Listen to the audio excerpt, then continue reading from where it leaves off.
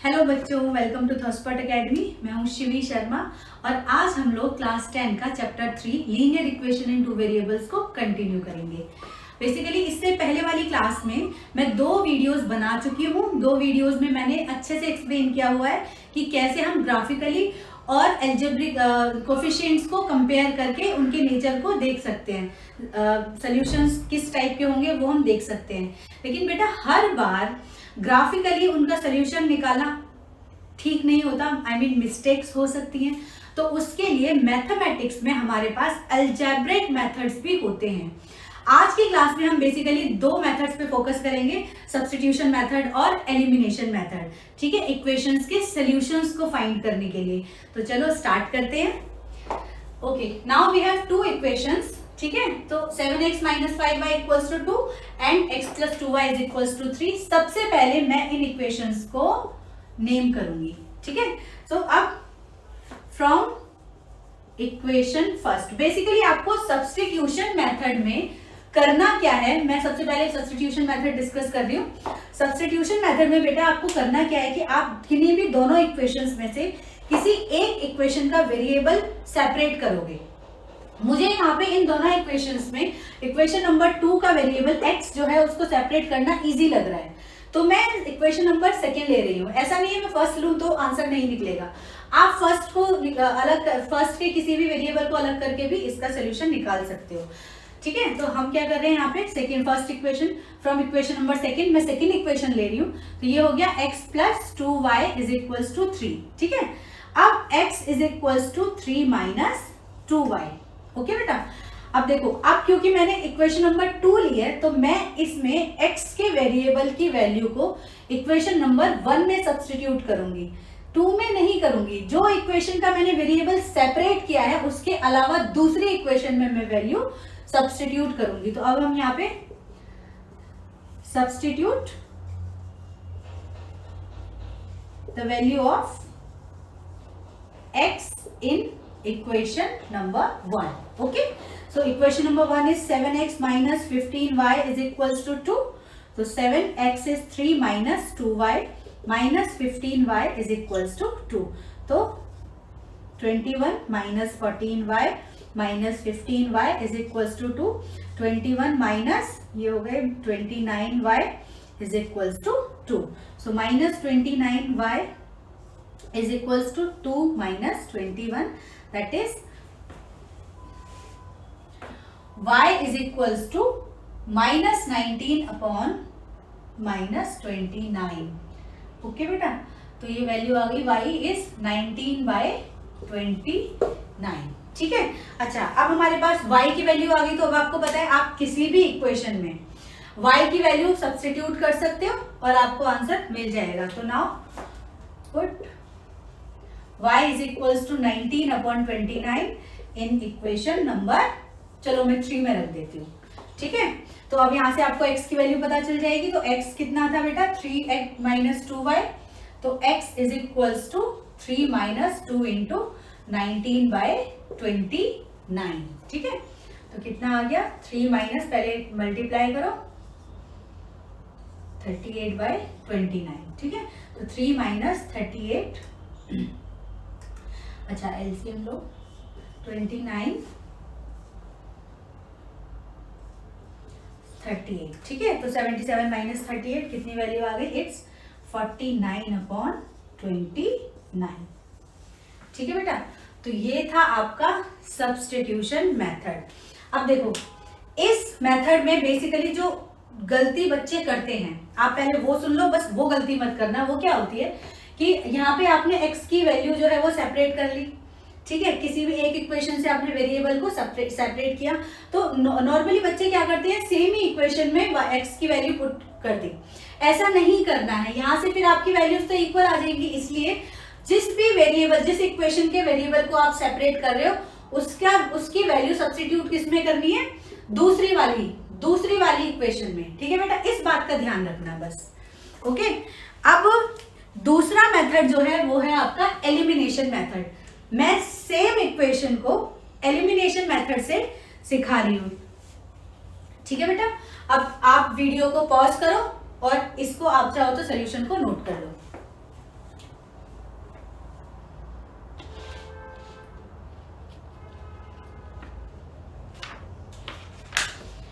Okay चलिए,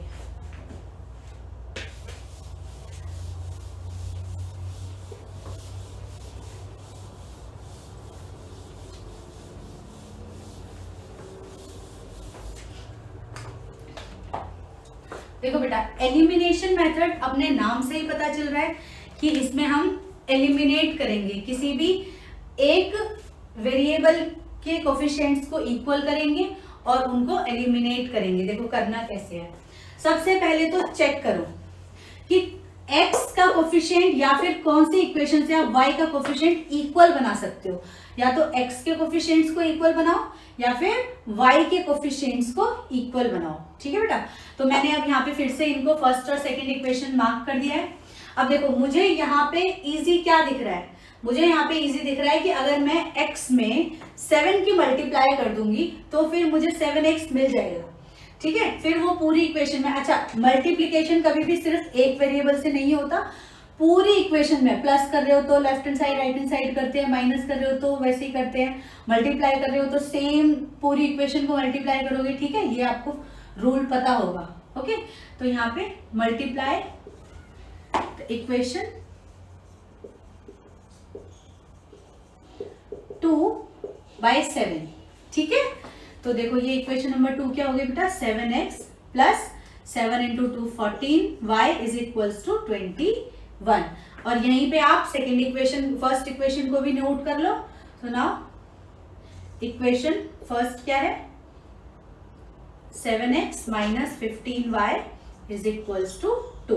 देखो बेटा, अब एलिमिनेशन मेथड कैसे लगाते हैं, यहाँ पे आपको दिख रहा है कि यहाँ पे कोफिशिएंट्स किसके इक्वल है, x के कोफिशिएंट्स इक्वल है। ठीक है, और y के कोफिशिएंट्स जो है वो अनइक्वल है, लेकिन यहाँ पे x के कोफिशिएंट्स के साथ साथ इसके सामने के जो साइंस है क्या है, पॉजिटिव है ये भी, और इसके सामने भी प्लस का साइन है। ठीक है, तो दोनों के साइंस भी इक्वल है। अब आपको पता है कि अगर मैं यहाँ पे 7x, अब ये भी प्लस का है ये भी प्लस का है, ये तो बेटा 14x हो गया। इसीलिए यहाँ पे हमें इनके साइंस क्या करने पड़ेंगे, चेंज करने पड़ेंगे। अब क्योंकि मैं इसका साइन चेंज करूंगी, फर्स्ट वाले कोफिशिएंट्स जो वेरिएबल्स है इनका साइन चेंज करूंगी, इस टर्म का साइन चेंज करूंगी, तो बेटा पूरी इक्वेशन का मुझे साइन चेंज करना पड़ेगा। मोस्टली स्टूडेंट की क्वेरी जो आती है ना वो यही आती है कि मैम साइन क्यों चेंज किया। कई बार हम लोग साइन चेंज करते हैं, कई बार हम लोग साइन चेंज नहीं करते हैं, तो ऐसा क्यों होता है। तो देखो यहाँ पे क्योंकि सेम साइन है इसलिए चेंज कर रहे हैं। अगर ये ऑलरेडी मान लो -7x होता तो मुझे यहाँ पे साइन चेंज करने की जरूरत नहीं पड़ती, क्योंकि फिर प्लस माइनस माइनस 0 हो जाता, जो कि मुझे एलिमिनेट करना है। बेसिकली एलिमिनेशन मेथड का मतलब ही क्या है, अब मैं ये मेथड करा रही हूँ तो इसका मतलब क्या है कि आप किसी भी एक वेरिएबल को क्या करोगे, एलिमिनेट कर रहे हो प्लस माइनस करके। ठीक है, तो अब यहाँ पे 7x यहाँ पे पॉजिटिव है यहाँ पे पॉजिटिव है, तो हम यहाँ पे साइन चेंज करेंगे। अब इसका क्या है, साइन हमेशा इसके ऑपोजिट आता है। यहाँ पे जो सेकंड इक्वेशन है, जो नीचे इक्वेशन लिखी हुई है, यहाँ पे 7x के सामने प्लस है तो यहाँ पे हमने माइनस लगा दिया। यहाँ पे 15y के सामने माइनस है, ठीक है, तो यहाँ पे हमने प्लस लगा दिया। ठीक है बेटा, और यहाँ पे 2 के सामने क्या है, प्लस है, तो यहाँ पे हमने माइनस लगा दिया। अब देखो प्लस माइनस माइनस कट गई वैल्यू, यहाँ पे क्या आ गया 15। अब ये 15 जो है इसको हम क्या काउंट करेंगे कि ये पॉजिटिव ही है। ठीक है, तो 15y प्लस 14y कितना हो गया 29y, और 21 माइनस 2 कितना आ गया 19, प्लस का 19। ठीक है, ओके, तो y इज 19/29।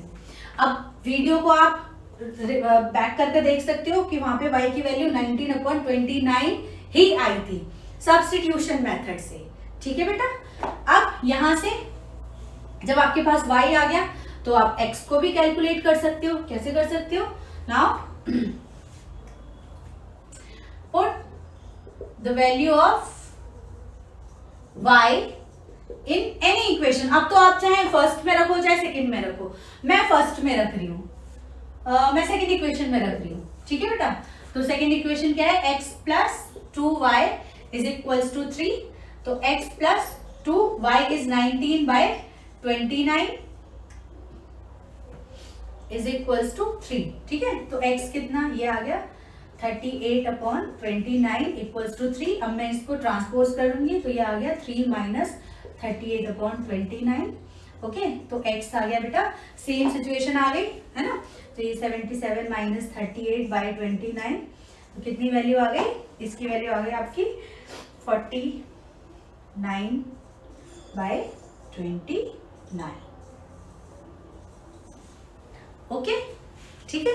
देखा, दोनों मेथड्स जो हैं अपने नाम से ही समझ में आ रहे हैं कि सब्स्टिट्यूशन मेथड में आपने एक वेरिएबल को अलग किया था, है ना। सब्स्टिट्यूशन मेथड में आपने एक वेरिएबल को सेपरेट किया और उसकी वैल्यू दूसरी इक्वेशन में पुट कर दी, ठीक है। और यहाँ एलिमिनेशन मेथड में आप क्या कर रहे हो, यहाँ पे एलिमिनेट कर रहे हो, एक वैल्यू को आप क्या कर, एक वेरिएबल को आप क्या कर रहे हो, एलिमिनेट कर रहे हो, तो दूसरे वेरिएबल का सोल्यूशन आ रहा है, ठीक है बेटा। अब चलो एक दो क्वेश्चंस और कर लेते हैं।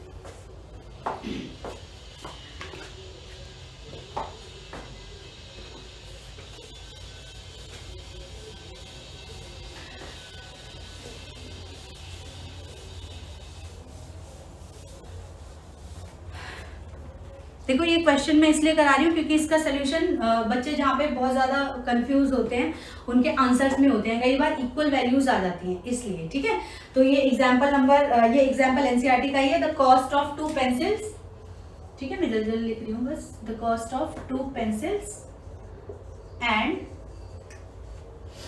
3 इरेजर्स इज ₹9।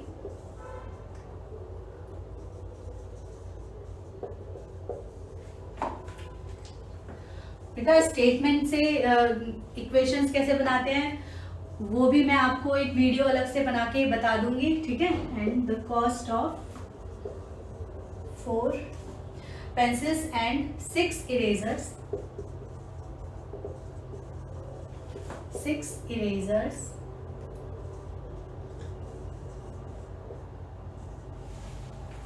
इज ₹18, ठीक है। तो find the cost of each pencil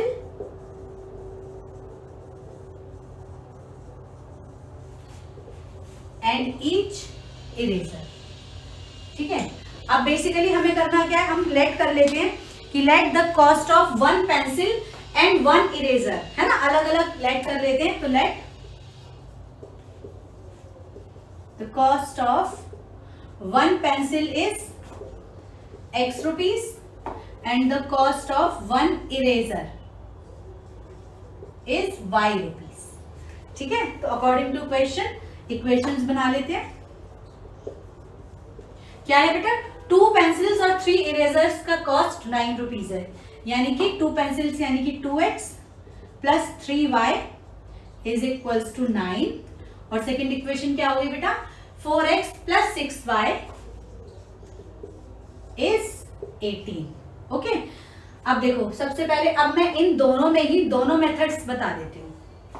सबसे पहले तो सब्स्टिट्यूशन मेथड लगा लेते हैं, ठीक है। This is equation number 1 and this is equation number 2।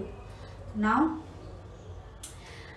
किसी भी एक इक्वेशन में सब्स्टिट्यूशन में क्या करते हैं, किसी भी एक इक्वेशन के वेरिएबल को सेपरेट करेंगे। तो मैं फर्स्ट इक्वेशन के वेरिएबल को सेपरेट कर रही हूँ, ठीक है ना। तो ये क्या है, from first 2x plus 3y is equals to 9। तो क्या हो गया बेटा, 2x equals to 9 minus 3y and x equals to 9 minus 3y by 2, ठीक है। दिस इज थर्ड, ठीक है। Now substitute value of x in second, ठीक है। देखो, मैंने फर्स्ट इक्वेशन के वेरिएबल को सेपरेट किया है, तो मैं सेकेंड इक्वेशन में इसकी वैल्यू रख रही हूं। तो second is 4x plus 6y is equals to 18।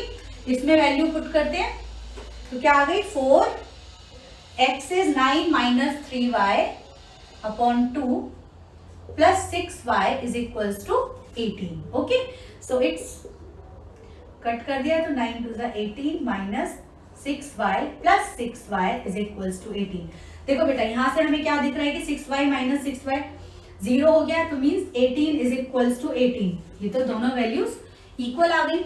तो यहां से हम लोग क्या बोल सकते हैं कि ये स्टेटमेंट जो है वो सभी वैल्यूज के लिए ट्रू है। ऐसी सिचुएशन अगर आ जाए तो मतलब क्या है कि this statement is true for all values of Y, Y की जितनी भी वैल्यूज हैं सबके लिए ये स्टेटमेंट ट्रू है, या फिर for all values of x ये स्टेटमेंट ट्रू रहेगी, ठीक है ना। सो बेसिकली अब यहां से हम, क्योंकि हम यहां से हम कोई स्पेसिफिक वैल्यू फाइंड नहीं कर सकते हैं, हम x की वैल्यू जो पुट कर रहे हैं हमें y मतलब इक्वल वैल्यूज मिल रही है, यानी कि कोई स्पेसिफिक वैल्यू नहीं मिल रही है। तो ऐसी सिचुएशन में क्या होता था कि यानी कि we have infinitely many solutions. अब आप चाहो तो इसके कोफिशिएंट्स को कंपेयर करके देख लो और देखो इनफाइनाइटली मेनी सॉल्यूशंस ही आएगा, ठीक है बेटा। तो बेसिकली इसका मतलब क्या है कि यहाँ पे हम कोई एक कॉमन सॉल्यूशन नहीं फाइंड कर सकते, यहाँ पे बहुत सारे सॉल्यूशंस हैं x और y के, ठीक है, यानी कि लाइंस आर कोइंसिडेंट। ओके बेटा, अब देखो चाहे आप देख लो कंपेयर करके इक्वेशंस के वेरिएबल्स इक्वेशन के कोफिशिएंट्स को, क्या है। अब from these two equations a1 क्या है 2, ठीक है, b1 is 3 and c1 is 9, a2 is 4, b2 is 6 and c2 is 18। अच्छा, मैंने आपको ये बताया था कि अगर आप या तो दोनों कॉन्स्टेंट्स को लेफ्ट हैंड साइड रखो या फिर राइट हैंड साइड ही रखो, उससे आपको एग्जैक्टली उनके साइंस समझ में आ जाएंगे। तो मेरे यहाँ पे इन दोनों सिचुएशंस में, दोनों इक्वेशंस में कॉन्स्टेंट्स राइट हैंड साइड ही हैं, ठीक है, इसलिए मैंने दोनों पॉजिटिव लिए हैं। लेफ्ट हैंड साइड होते तो दोनों नेगेटिव आ जाते हैं, ठीक है। तो a1 upon a2 is 2/4 that is 1/2 और b1 अपॉन b2 इज 3/6 कि 1/2 and c1 upon c2 is 9/18 that is 1/2, है ना।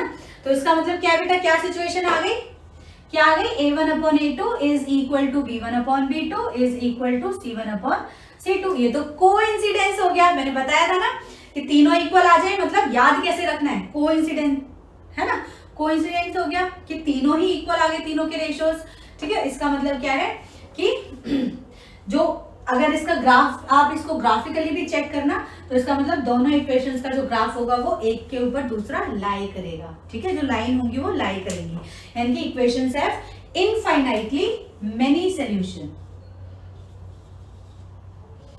इनफाइनाइटली मेनी सॉल्यूशन, ठीक है बेटा। ओके, तो आपको अगर कंफ्यूजन हो तो आप कोफिशिएंट्स को चेक करके भी उनके सॉल्यूशंस को देख सकते हो। ओके ओके, नाउ तो बेटा इन्हीं इक्वेशंस को आप दूसरे मेथड से भी चेक कर सकते हो, सेम इक्वेशन को, सेम स्टेटमेंट को आप एलिमिनेशन मेथड से भी चेक कर सकते हो।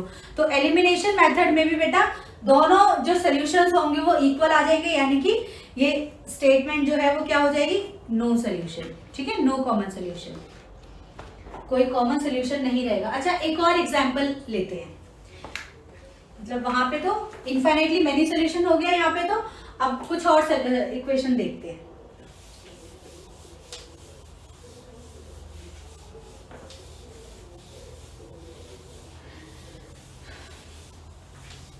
मैं इक्वेशन लिख रही हूं, आप थोड़ा सा पॉज लेना, इक्वेशन नोट करना और उसको खुद सॉल्व करके देखना कि उसका सोल्यूशन कैसा है, ठीक है बेटा। फिर आप उसको कोफिशिएंट्स के थ्रू भी चेक करना। 2x plus 3y is equals to 8 and 4x plus 6y is equals to 7। चलो, मैं कह रही हूं इसको आप एलिमिनेशन मेथड से चेक करो। एलिमिनेशन मेथड मतलब आप दोनों के वेरिएबल्स के लिए भी, किसी भी इक्वेशन के वेरिएबल्स को आप क्या बनाओगे बेटा, इक्वल बनाओगे, ठीक है। तो वीडियो को पॉज करना और अपने आप सोल्यूशन निकालने की कोशिश करना, मैं कराती हूँ, ठीक है। अब देखो बेटा, एलिमिनेशन मेथड में मैंने क्या बताया था कि किन्हीं भी मतलब किन्हीं भी वेरिएबल्स को आपको इक्वल बनाना है, ठीक है। तो मुझे यहाँ पे दिख रहा है कि मैं x में या y में वैल्यू पुट कर, मतलब x यहाँ पे या तो 2 से मल्टीप्लाई कर दूं तो पूरी की पूरी इक्वेशन में ये वेरिएबल्स जो है वो इक्वल हो जाएंगे। तो मैं क्या करूंगी, मल्टीप्लाई इक्वेशन 1 बाय 2, ठीक है। तो ये क्या हो गई बेटा, इक्वेशन नंबर 1 क्या हो गई, 4x plus 6y is equals to 16। और इक्वेशन नंबर सेकंड को भी लिख लो, यहाँ पे क्या आ गई, 4x plus 6y is equals to 7। देखो बेटा यहाँ पे अब साइन चेंज करने पड़ेंगे, दोनों के साइन एक जैसे हैं, ठीक है। तो यहाँ पे तो देखो x भी और y का जो कोफिशिएंट है दोनों ही इक्वल हो गए, तो यानी कि माइनस करेंगे तो बेटा ये वैल्यू तो 0 हो गई, 4 - 4 0, 6 - 6 0 और इज इक्वल्स टू 16 - 7 कर दो। 16 - 7 कितना आ गया बेटा? 9 आ गया। इसका मतलब क्या है बेटा? Which is a false statement, ये फॉल्स है, मतलब कि ये इक्वल 0 इक्वल्स टू 9 थोड़ी ना है। इसका मतलब क्या है बेटा कि equations have no solution, pair of linear equations have no solution, ठीक है। तो ऐसे भी सिचुएशंस आ सकती हैं, ऐसे भी सॉल्यूशंस आ सकते हैं, कंफ्यूज मत होना। ओके, तो आज की क्लास में हम लोगों ने सब्स्टिट्यूशन मेथड और एलिमिनेशन मेथड को अच्छे से डिस्कस कर लिया है। आप और भी क्वेश्चंस की प्रैक्टिस करना, ठीक है। अब मिलते हैं नेक्स्ट वीडियो में, बाय बाय।